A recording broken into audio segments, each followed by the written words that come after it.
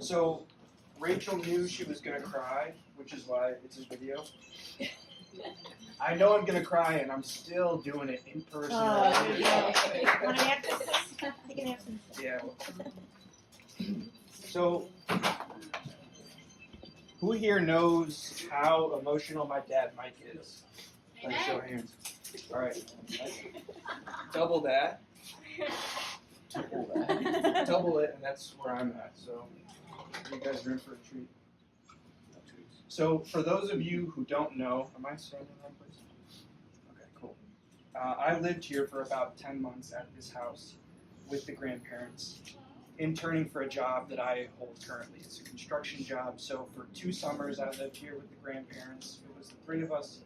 And then another winter, I came back and lived here. So, I spent a lot of time in this place, and from a purely fiscal standpoint, Grandpa and Grandma probably saved me about $12,000 by doing that. So already, that's a thumbs up. So I appreciate that. The thing about this house and this block is that there's no internet here whatsoever. So I was forced to conversate and hang out and be a part of community and talking with the grandparents, and I think that ended up being a real blessing for me because of the time that I got to spend talking to the 2 of you guys.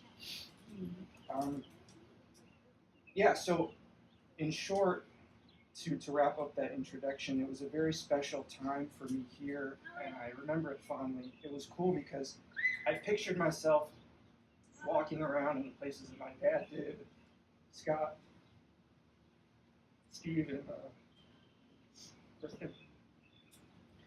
and that was really cool for me. So give me a second.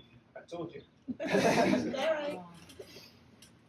It was just the months I spent here were really, really special, Grandma and Grandpa. So thank you.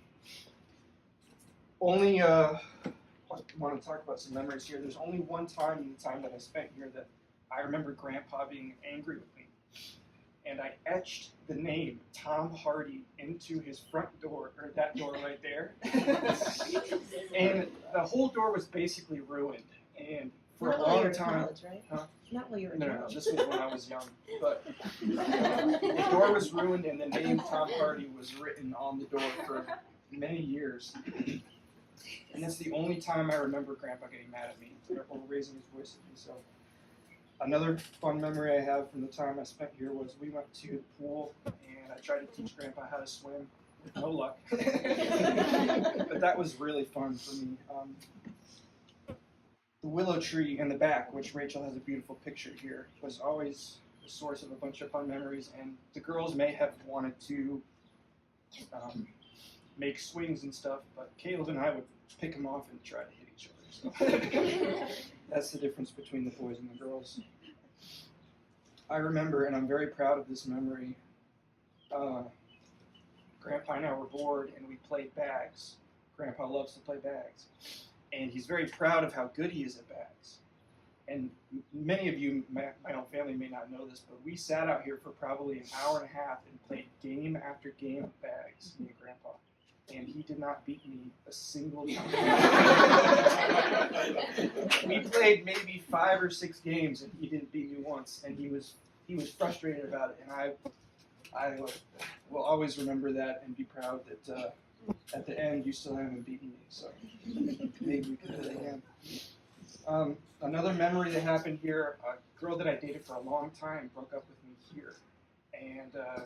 I was so afraid to go downstairs and talk to Grandpa about it because I was like, oh, this is a tough dude from Chicago, and he'll say something reasonable. And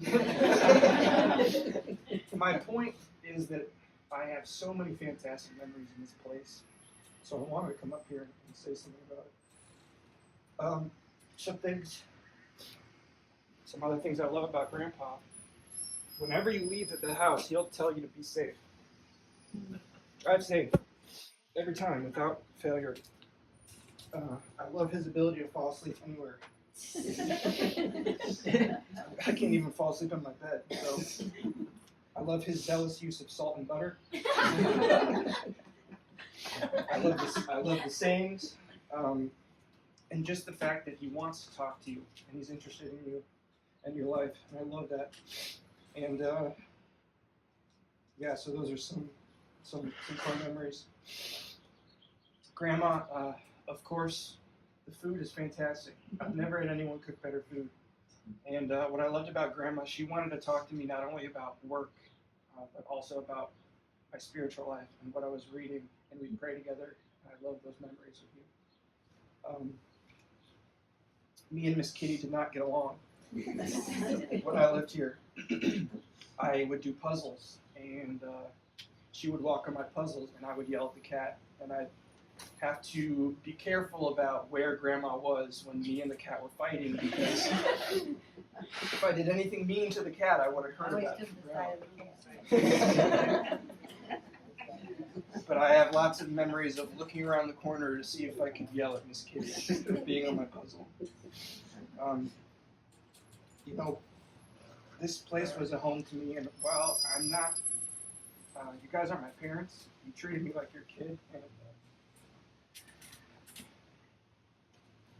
thank you for that. Moving on, it's not just about Grandma and Grandpa, it's about the legacy that you left behind. It's going to get worse, I promise. You had 4 amazing kids.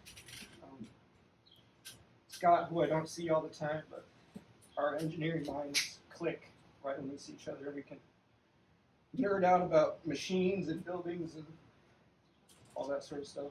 That's Grandma.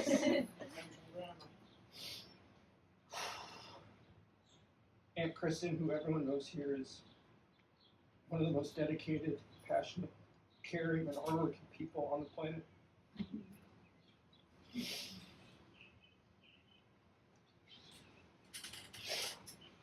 Steve. Sorry. Who I love to death, and I wish you were here.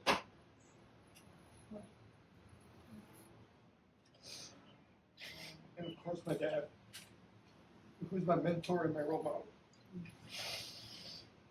Oh, I should have done a video, Rachel.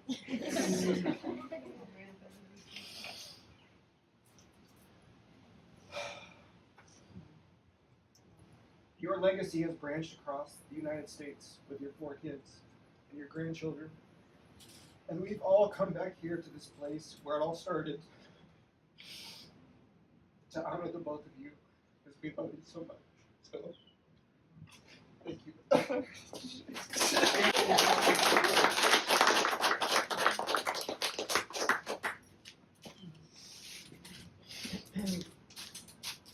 I should have gone first.